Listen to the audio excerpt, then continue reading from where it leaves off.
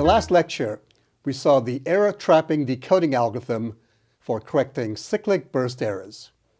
And this concluded Chapter 5 on cyclic codes. We'll next use the theory of cyclic codes to study BCH codes. Chapter 6 on BCH codes will consist of 7 video lectures. The first 4 video lectures will be devoted to the study of certain properties of finite fields, in particular minimal polynomials and their computation. We'll use this theory to study the factorization of x to the n-1 over GFQ in video lectures V6c and V6d. This is relevant to coding theory because recall that the canonical generator for a cyclic code of length n over GFQ is a monic divisor of x to the n-1 over GFQ. In V6e, we'll define BCH codes. And then in V6f, we'll prove the BCH bound, which gives us a useful, non-trivial lower bound on the distance of a BCH code. Finally, in V6g, I'll present some examples of BCH codes. I'll begin by saying a few words about subfields and extension fields. Recall that if GFP to the m is a finite field of characteristic p and extension degree m, then the integers modulo p is a subfield of GFP to the m. Moreover, we can view GFP to the m as an m-dimensional vector space over the integers modulo p.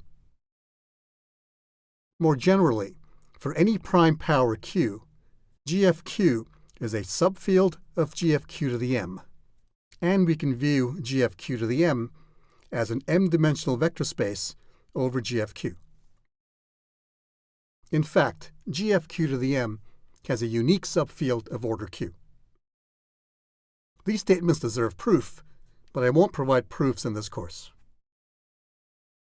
For example, consider the finite field GF2 to the 16.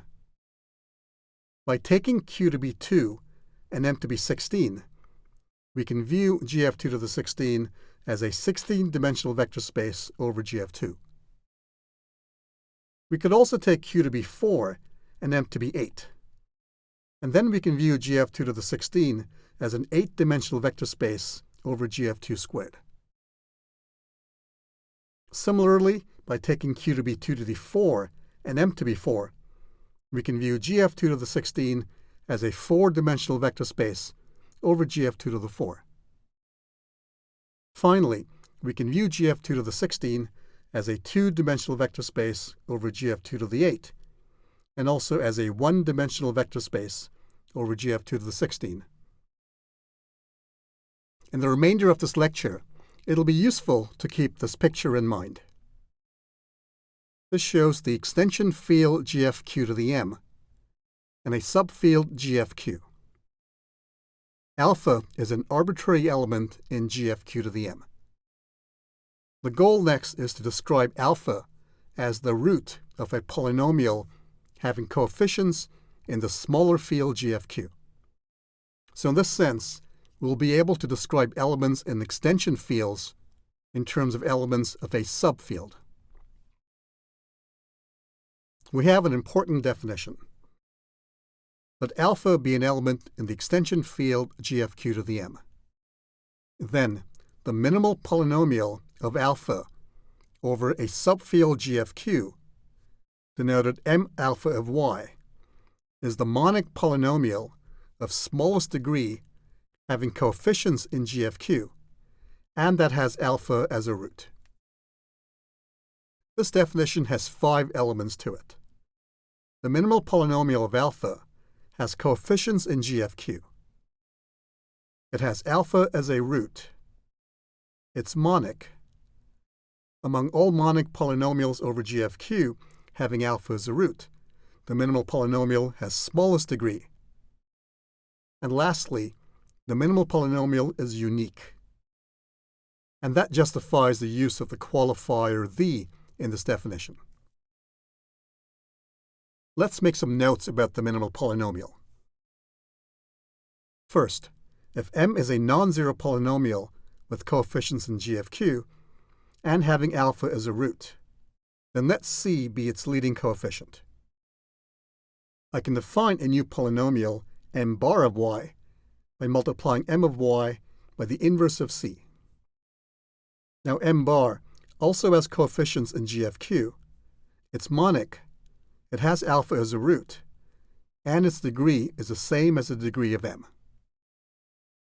More generally, multiplying a polynomial by a non-zero constant does not change the roots of the polynomial. So I can always make a polynomial monic without changing its roots. I'll note that the minimal polynomial of the field element 0 over GFQ is simply y. This is because y is a monic polynomial and has 0 as a root, and there is no non-zero polynomial of smaller degree that has 0 as a root. It isn't clear from the definition that minimal polynomials actually exist. Let me show you that they do. So let alpha be a non-zero element of order t in the extension field GFQ to the m. Recall that the order of alpha divides q to the m minus 1. And so alpha is a root of the polynomial y to the t minus 1, because when you replace y by alpha, you get alpha to the t minus 1, which is 0. Now the coefficients of this polynomial are 1 and minus 1, which belong to any field, in particular GFQ. And it's monic. So there exists a monic polynomial over GFQ that has alpha as a root. And hence there exists a monic polynomial of smallest degree over GFQ that has alpha as a root. And hence minimal polynomials exist. Here's an example. Let's find the minimal polynomials over GF2 of elements in the extension field GF2 squared, represented in this way. The field elements are 0, 1, x, and x plus 1. We saw that the minimal polynomial of 0 over Z2 is y. The element 1 has minimal polynomial y plus 1. Because y plus 1 is monic, it has coefficients in GF2, it has 1 as a root, and there is no polynomial of smaller degree that's non-zero and has 1 as a root. The minimal polynomial of x over GF2 is y squared plus y plus 1. This is because x is not a root of any of the degree 1 polynomials over GF2, namely y and y plus 1. And so the minimal polynomial of x over GF2 cannot have degree 1. Furthermore, x is a root of this degree 2 polynomial over GF2, because when you replace y by x, you get x squared plus x plus 1, which is 0, since in this field we're working with polynomials modulo x squared plus x plus 1. Similarly, you can check that the minimal polynomial of x plus 1 over GF2 is y squared plus y plus 1. In the remainder of the lecture, I'll prove 4 important properties of minimal polynomials. So I have the following theorem. Let alpha be an element in the extension field GFQ to the m. Then the minimal polynomial m alpha of y of alpha over GFQ is unique. Moreover, it's irreducible over GFQ, and it has degree at most m. Lastly, it characterizes all polynomials over GFQ that has alpha as a root in the following sense. A polynomial f over GFQ has alpha as a root, if and only if f is a multiple of the minimal polynomial of alpha. Let's first prove that the minimal polynomial of alpha over GFQ is unique.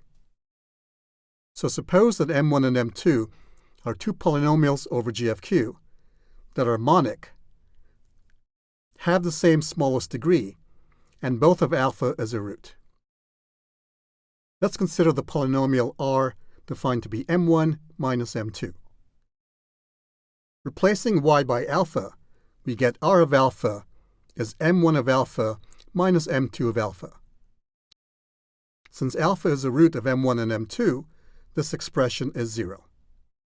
And so r is a polynomial with coefficients in GFQ that has alpha as a root. But the degree of r is less than the degree of m1. And so if r were non-zero, we would have a contradiction of the minimality of the degree of m1. And so r must be the zero polynomial. Hence, m1 of y equals m2 of y. And this proves the uniqueness of the minimal polynomial of alpha over GFQ.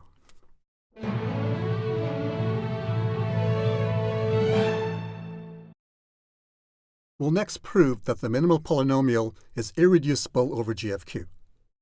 Suppose, by way of contradiction, that the minimal polynomial of alpha is reducible over GFQ. So we can factor m of alpha as a product of s and t, where s and t are polynomials over GFQ, both having degree less than the degree of m alpha. Now m alpha of alpha equals 0, and so s of alpha times t of alpha is 0. Since s of alpha and t of alpha are field elements, one of them must be 0. But s and t are non-zero polynomials having degree less than that of the minimal polynomial. And so we have a contradiction of the minimality of the degree of m alpha. So we conclude that the minimal polynomial of alpha over GFQ is irreducible over GFQ.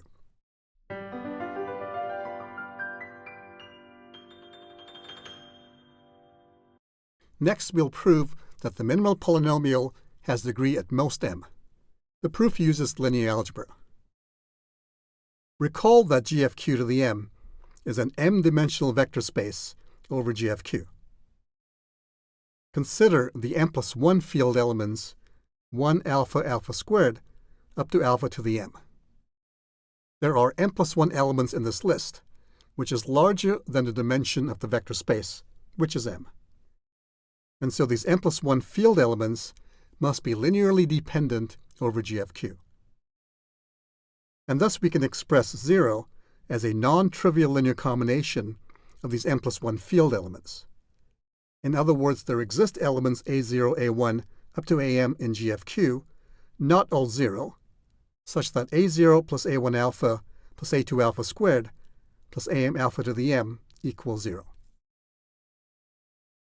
Now consider this polynomial m, whose coefficients are these field elements a0, a1 through am, which are in GFQ. This polynomial is non-zero, and it has degree at most m. When you replace y by alpha, you get this expression on the right-hand side, which is 0. And so alpha is a root of this polynomial m. This shows that there exists a non-zero polynomial with coefficients in GFQ and degree at most m that has alpha as a root. It follows, then, that the degree of the minimal polynomial of alpha over GFQ also has degree at most m.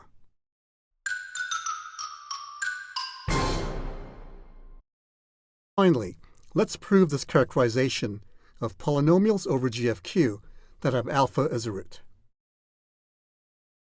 So let f be a polynomial over GFQ. Using the division algorithm for polynomials, we can divide f by the minimal polynomial of alpha, and we get an equation f equals L times the minimal polynomial plus r, where the quotient L and the remainder r have coefficients in GFQ, and r has degree less than the degree of the minimal polynomial. Replacing y by alpha in this equation gives us f of alpha equals L of alpha times the minimal polynomial at alpha plus r of alpha. But now alpha is a root of its minimal polynomial, so f of alpha equals r of alpha. Hence, f of alpha equals 0 if and only if r of alpha equals 0. But r is a polynomial over GFQ, having degree less than the degree of the minimal polynomial of alpha. And so by the minimality of the degree of the minimal polynomial of alpha, it must be the case that R is a zero polynomial. And from this equation, we see that Ry equals 0 is equivalent to the minimal polynomial dividing f. This proves our characterization of polynomials over GFQ that have alpha as a root.